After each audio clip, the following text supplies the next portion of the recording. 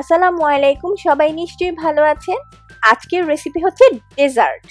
আমার সবচেয়ে পছন্দের খাবার ডেজার্ট। এই ডেজার্টটি একের ভিতরে দুটো ডেজার্ট আপনি পেয়ে যাচ্ছেন। কিভাবে পাচ্ছেন? এই ডেজার্টটির নাম হচ্ছে ম্যাঙ্গো কেক আইসক্রিম, আবার ম্যাঙ্গো কেকও বলা যায়। কি মজার না জিনিসটা? আর ডেজার্টটা অনেক মজা। যেহেতু এখন বাংলাদেশে একদম পাকা আম পাওয়া যাচ্ছে, সেই জন্য এই রেসিপি আপনাদের জন্য নিয়ে আসলাম। আশা করি ভালো লাগবে। ভালো লাগলে আমার চ্যানেলকে সাবস্ক্রাইব করবেন আর আমার ভিডিওগুলো সবার সাথে শেয়ার করবেন।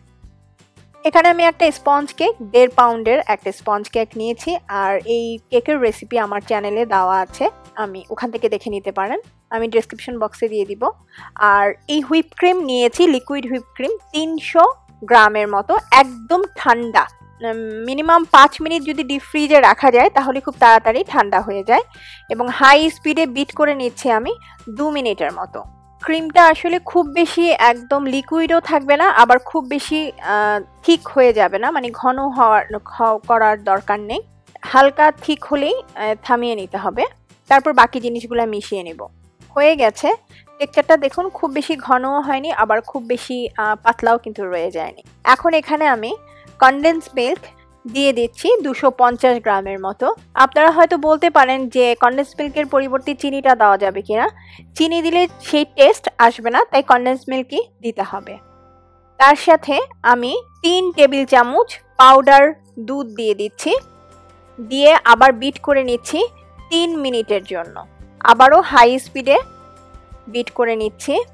এখন একদম ক্রিমের মতো হবে না। ক্রিম যেরকম খুব বেশি থিক থাকে, যেরকম ডিজাইন করা যায়, ঠিক ওরকম না, কিন্তু ক্রিমের থেকে একটু কম ঘন হবে। এখন ভ্যানিলা এসেন্স দিয়ে দিলাম 1 চা চামচ পরিমাণ। দিয়ে আমি জাস্ট এখন মিশিয়ে নিচ্ছি। খুব বেশি বিট করা লাগবে না, শুধু মিশিয়ে নেওয়া। বিট করা হয়ে গিয়েছে। এখন রেডি করতে হবে কেকের জন্য সবকিছু। আমি এখানে এই সাইজের 3টা আম স্মল ডাইস কাট করে নিয়েছি। দেখুন, একটা মোল্ড নিয়েছি, 6.5 ইঞ্চি পরিমাণের একটা মোল্ড। আর আমি স্পঞ্জ কেক তো বলেছি আগে করে নিয়েছি, সেটাকে আমি 3টা স্লাইস করে নিয়েছি। এখন প্রথমে যে ক্রিমটা তৈরি করে রেখেছি সেই ক্রিমটা এখানে দিয়ে দিচ্ছি। হয়তো আপনারা বলতে পারেন যে ড্রাই থাকবে কিনা কেকটা। না, কেকটা ড্রাই থাকবে না, কারণ এই ক্রিমের মধ্যেও যেই একটু লিকুইড যেটা আছে সেইটাই কেকটাকে ময়েস্ট করে ফেলবে, অনেকটাই সফট করে ফেলবে।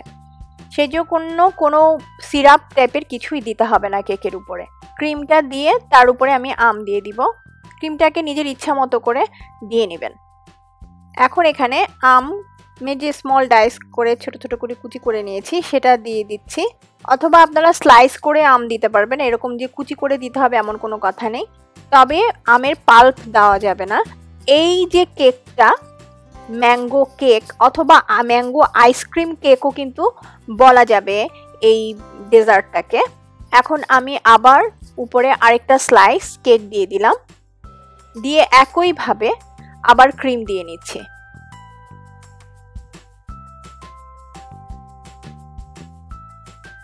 সেকেন্ড লেয়ারে ক্রিম দেওয়া হয়ে গেল। এখন আমের কুচি দিয়ে দিচ্ছি। এটা অবশ্যই আমি বলবো বাসায় আপনারা একবার হলেও ট্রাই করবেন। যদি ট্রাই না করেন তাহলে তো আসলে খাবারের টেস্ট বোঝা যাবে না।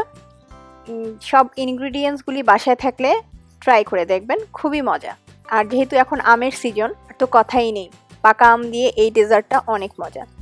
লাস্ট ফিনিশিং, লাস্টের একদম স্লাইস যে কেকটা ছিল সেটা দিয়ে দিলাম। দিয়ে একইভাবে আবার আমি ক্রিম দিয়ে নিচ্ছি।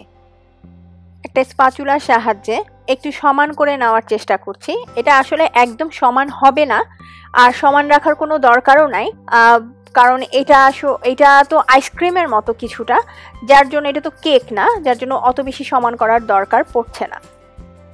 এখন আমি একটু জাস্ট উপরে এরকম ডিজাইন করে আপনাদেরকে দেখিয়ে দিচ্ছি। এরকম করেও একদম এভাবে ফ্রিজে রেখে দিতে পারবেন। আবার উপরে আমের কুচি দিয়েও ডেকোরেশন করে নিতে পারবেন। এটা একান্তই আপনাদের ইচ্ছা। আমি একটু উপরে আম দিয়ে নিচ্ছি, যেহেতু এটা mango ice cream or mango cake বলা যায়। মোটামুটি এটা রেডি হয়ে গিয়েছে। এখন চেষ্টা করব সারা রাত্রির জন্য নর্মাল ফ্রিজে রেখেও এটাকে কেক হিসেবে খাওয়া যাবে, আবার ডিপ ফ্রিজে সারা রাত্রি রেখেও আইসক্রিম হিসেবে খাওয়া যাবে। একের ভিতরে দুইটা জিনিস। হয়ে গেল আমার ম্যাঙ্গো কেক আর ম্যাঙ্গো আইসক্রিম। আশা করি আপনাদের কাছে ভালো লাগবে। সরি, আমি একটা ভুল বলেছি, ম্যাঙ্গো কেক আইসক্রিম। সবাই ভালো থাকবেন, নিশ্চয়ই এই রেসিপি আপনাদের কাছে ভালো লাগবে। আজকের মতো এখানেই শেষ করছি। আল্লাহ হাফেজ।